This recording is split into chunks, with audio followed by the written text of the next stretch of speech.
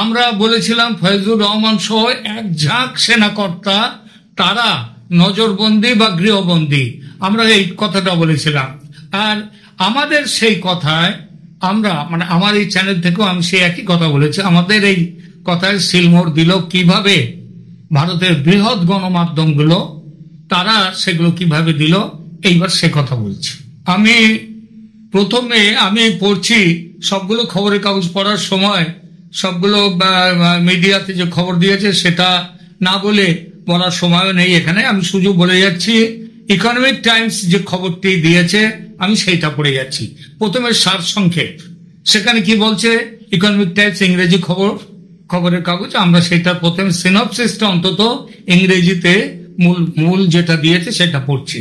A faction within the Bangladesh army led by Lieutenant General Fazlur Rahman is attempting to replace the current Army Chief General Waqar-uz-Zaman. Rahman convened a meeting to gauge support for a coup but received limited attendance. Military intelligence is now monitoring him and political instability may worsen. Several senior army officers are implicated in the conspiracy. এটা synopsis বললেন, যার বাংলা অর্থটা হচ্ছে, এর বাংলা অর্থ হচ্ছে lieutenant general Foyzur রহমানের নেতৃত্বে বাংলাদেশ সেনাবাহিনীর একটি অংশ বর্তমান সেনাপ্রধান জেনারেল ওয়াকারুজ্জামানকে অপসারণের চেষ্টা করছে। অভ্যুত্থানের প্রতি সমর্থন যাচাই করার জন্য ফয়জুর রহমান একটি সভা আহ্বান করেছিলেন, কিন্তু তাতে সেই সভায় উপস্থিতি খুব সামান্য ছিল। সামরিক গোয়েন্দারা এখন তার উপর নজর রাখছে এবং রাজনৈতিক পরিস্থিতি আরো খারাপ হতে পারে। বেশ কয়েকজন ঊর্ধ্বতন সেনা কর্মকর্তা এই ষড়যন্ত্রে জড়িত। এই খবরটা ইকোনমিক টাইমসের আপডেট হচ্ছে প্রায় আজকের সকালের তারিখে। বাংলাদেশ সেনাবাহিনীর এবার খবরে ইকোনমিক টাইমস থেকে যেটা আসছে সেটা বলি। বাংলাদেশ সেনাবাহিনীতে বড় ধরনের পরিবর্তন দেখা যাচ্ছে, কারণ পাকিস্তানপন্থী এবং জামায়াত ইসলামী পন্থী lieutenant general Foyzur Rahman, quarter master general, অন্যান্য জেনারেলদের সমর্থন নিয়ে জেনারেল ওয়াকারুজ্জামানকে সেনাপ্রধান হিসেবে পাল্টে দেওয়ার সিদ্ধান্ত নিয়েছেন, কিন্তু এখনো তারা পর্যাপ্ত সমর্থন পাননি।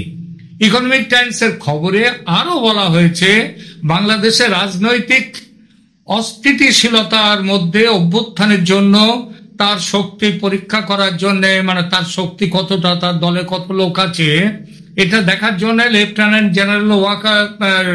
জেনারেল রহমান ফয়জুর রহমান সম্প্রতি সেনা সদর দপ্তরে একটি সভা ডেকেছিলেন। জেনারেল ওয়াকারকে অপসারণের পদক্ষেপের প্রতি সমর্থন জানানো সত্ত্বেও, যারা হ্যাঁ ঠিক আছে ওয়াকারুজ্জামানকে সরাতে হবে এই কথা যারা বলেন এবং সাধারণভাবে মানেন, তারা করেছেন কি এই জায়গায়, তারা বলেন বটে কিন্তু এখানে আসেননি সেই সভায়। লেফটেন্যান্ট জেনারেল রহমানকে এখন বাংলাদেশের সামরিক গোয়েন্দা সংস্থা ডিজিএফআই নজরদারিতে রেখেছে, যিনি একসময় ফয়জুর রহমান ডিজিএফআই এরই প্রধান ছিলেন।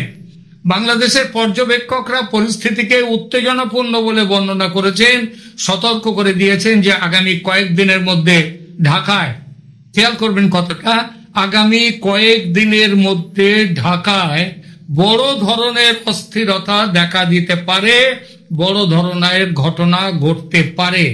বাংলাদেশ সেনাবাহিনীর বেশ কয়েকজন কর্মকর্তা এই ষড়যন্ত্রে জড়িত বলে অভিযোগ রয়েছে এবং 10 জন জেনারেল অফিসার কমান্ডিং অর্থাৎ জিওসি তাদের নাম উঠে এসেছে। তাদের মধ্যে কে কে রয়েছেন ইকোনমিক টাইমস একদম পরিষ্কার ভাবে তাদের নাম দিয়ে দিয়েছে। তাদের মধ্যে আছেন মেজর জেনারেল মীর মুশফিকুর রহমান, যিনি বর্তমানে 24তম পদাতিক ডিভিশনের জিওসি এবং চট্টগ্রামের এরিয়া কমান্ডার। তিনি লেফটেন্যান্ট জেনারেল পদে পদোন্নতি পেতে চান।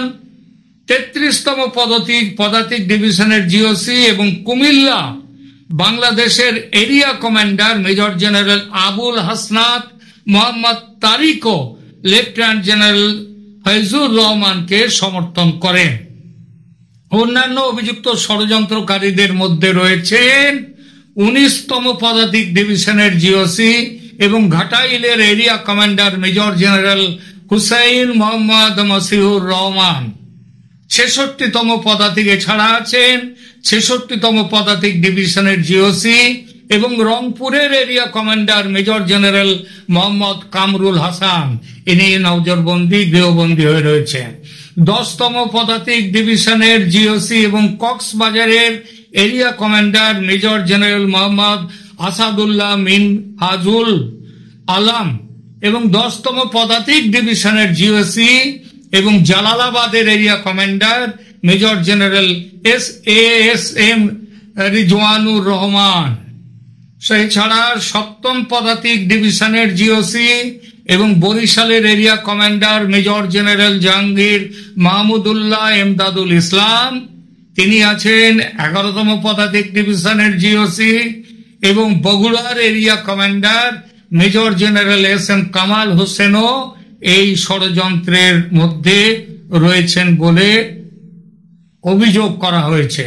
প্রাক্তন সেনাপ্রধান ইকবাল করিম ভূঁইয়া, আমরা তার কথাও আমাদের বিভিন্ন সময় বলেছি, এবং আবু বেলাল মোহাম্মদ শফিউল হক সহ প্রাক্তন অফিসারদেরও অভিযোগ রয়েছে তাদের বিরুদ্ধেও।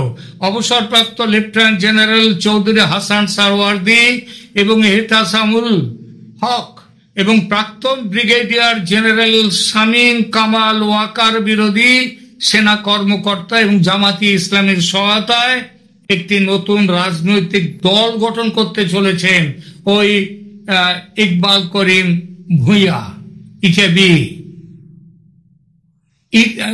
ইকোনমিক টাইমস আরো বলছে, জানুয়ারি মাসে তারা রিপোর্ট করেছিল যে ইসলামপন্থী মনোভাবের জন্য পরিচিত লেফটেন্যান্ট জেনারেল ফয়জুর রহমান সেনাবাহিনীর নিয়ন্ত্রণ দখলের ষড়যন্ত্র করতে পারেন।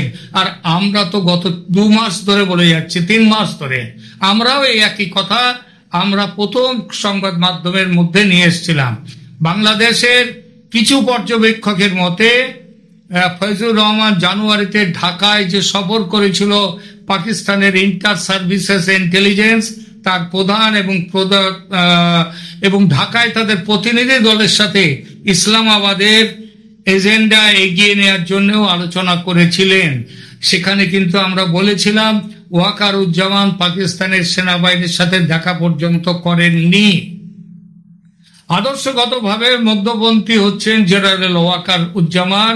তিনি ভারতের প্রতি অনুকূল মনোভাব পোষণ করছেন এবং সেনাবাহিনীকে বাংলাদেশের স্থিতিশীলতার জন্য গুরুত্বপূর্ণ প্রতিষ্ঠান হিসেবে স্থাপন করে দেশটির পূর্ণাঙ্গ ইসলামপন্থী যারা তাদের দখল রোধ করছেন। গত বছরের 5ই আগস্ট ইসলামপন্থীদের নেতৃত্বে জনতা প্রধানমন্ত্রীর বাসভবন দখল করতে আসার সময় তৎকালীন প্রধানমন্ত্রী শেখ হাসিনাকে ভারতের নিরাপদে যাওয়ার পথ নিশ্চিত করেছিলেন ওয়াকারুজ্জামান। ভারতে সম্প্রতি তিনি ইঙ্গিত দিয়েছেন যে আইন শৃঙ্খলা পরিস্থিতির অবনতির মধ্যে সেনাবাহিনী আরো বড় ভূমিকা নিতে পারে এবং তিনি সবথেকে বড় আরো একটা কথা বলেছিলেন, বাংলাদেশের একটি অবাধ ও সুষ্ঠু নির্বাচন এবং সমস্ত দল যাতে অংশগ্রহণ করে সেই নির্বাচন করতে পারে, নির্বাচনে অংশ নিতে পারে, তাহলেই বাংলাদেশের পরিস্থিতি পুনরুদ্ধার হবে, বাংলাদেশ ঠিকঠাক জায়গায় আবার পৌঁছবে। এখন এই যে কথাগুলি আর এই সমস্ত পত্রিকা সমস্ত মিডিয়া তারা কিন্তু এই একই কথা বলেছে। তাহলে মানে আমরা একটা জিনিস দেখুন, যারা এতদিন ধরে শুধু ভুয়া গুজব ইত্যাদি বলে আমাদেরকে সমালোচনা করেছেন এবং অশ্রাব্য ভাষা পর্যন্ত ব্যবহার করেছেন, এখন তাহলে দেখা যাচ্ছে যে খবর যা আমরা বলেছিলাম তার থেকে কম তো নয়, বরং তার থেকে এগিয়ে গিয়েছে। আমরা 12 জনকে গৃহবন্দী করে রাখার কথা বলেছিলাম কিংবা নজরবন্দি করার, এখন দেখা যাচ্ছে সংখ্যাটা তার থেকে বেশি এবং একেবারে পরিষ্কার নাম দিয়ে কিন্তু তাদের কাজকর্ম, তারা কে কি রকম জায়গাতে আছেন, কোন পরিস্থিতিতে আছেন, এই কথাগুলো কিন্তু এখন সেটা পরিষ্কার সামনে এসে গেল। তাহলে দাঁড়ালো একটা জিনিস, যে আমরা খুব ছোট মিডিয়া হতে পারি, আমরা খুব ছোট মিডিয়া হতে পারি, কিন্তু আমরা খবর বিশ্লেষণ করে যে সূত্র থেকে খবর পাই, সেই সূত্র এবং সেই খবরকে বিশ্লেষণ করে আমরা আরো অনেক বড় কিছু যে জিনিস হতে পারে সেগুলো আপনাদের সামনে নিয়ে আসি।